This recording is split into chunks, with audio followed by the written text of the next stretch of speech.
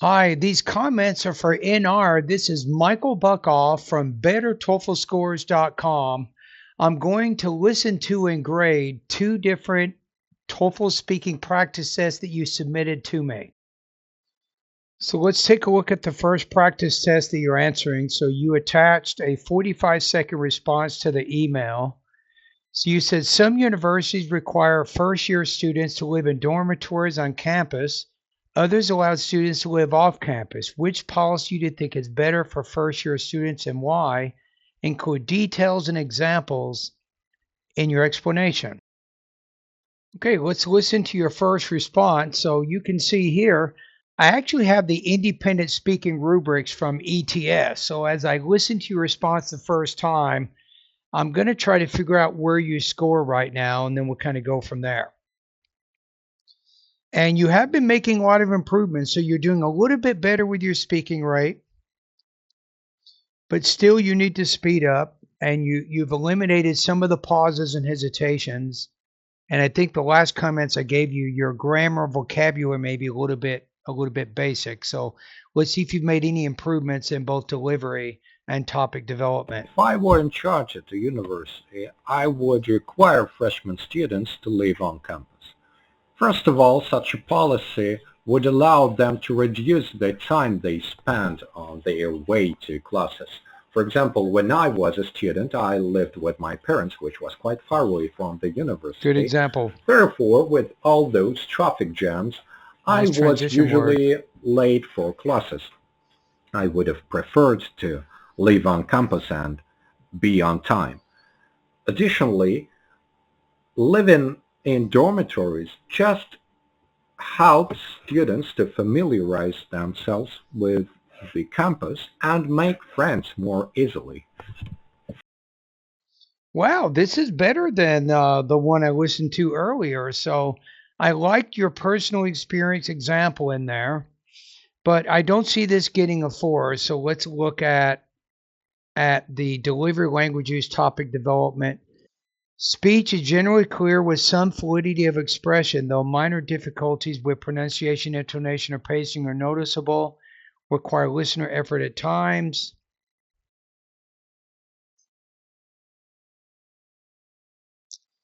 I'm going to say you're probably about 2.5 to 3 when it comes to your delivery.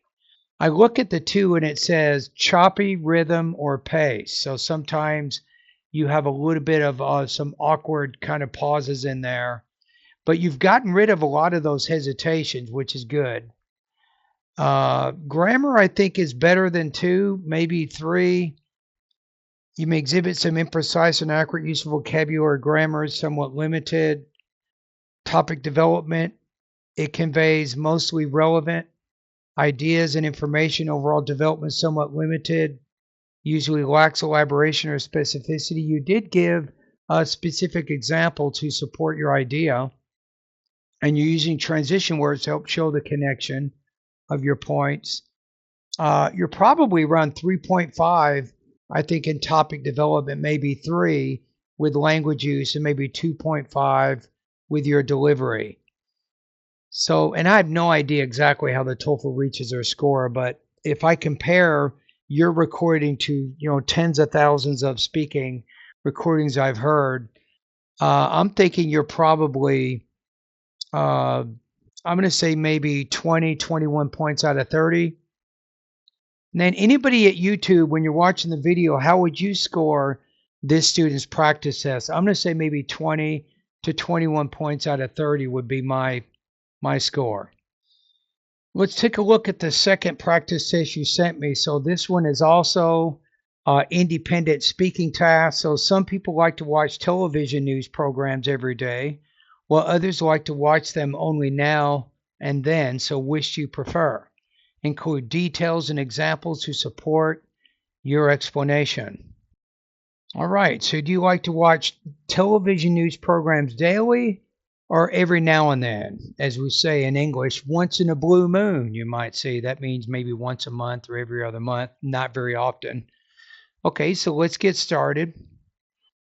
I have the recording here.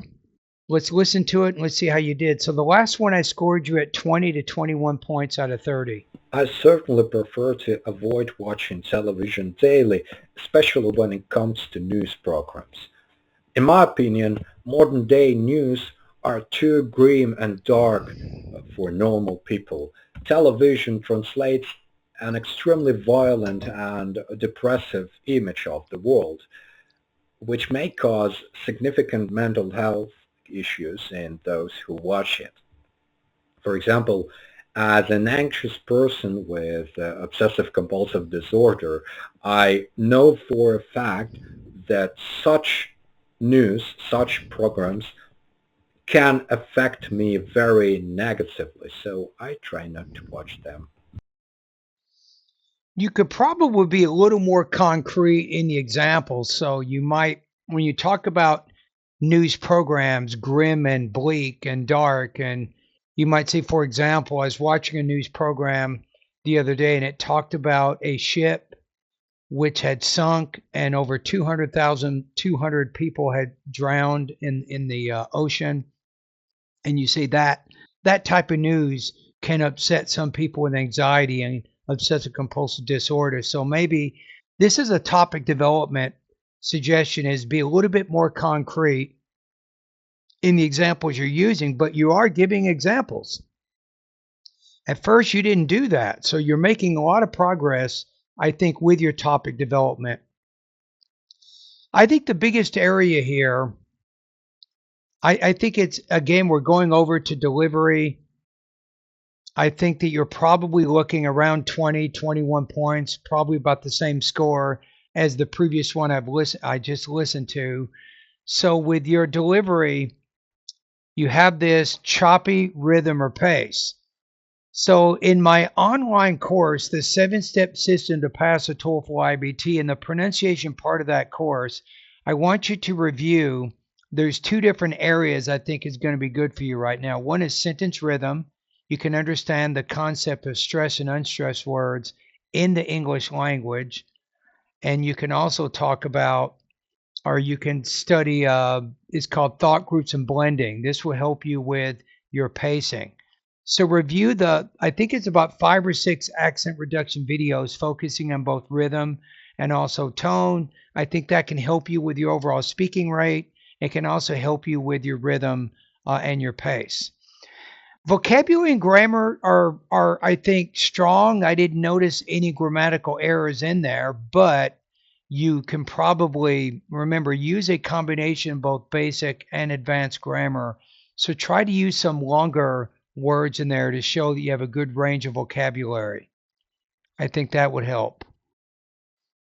So I'm going to give you a score here of about 20 to 21 points out of 30, according to the actual rubrics that we see. You're probably pretty close to 3, maybe a little bit below 3 in the delivery area, but probably around 3 or higher in the language use and topic development areas.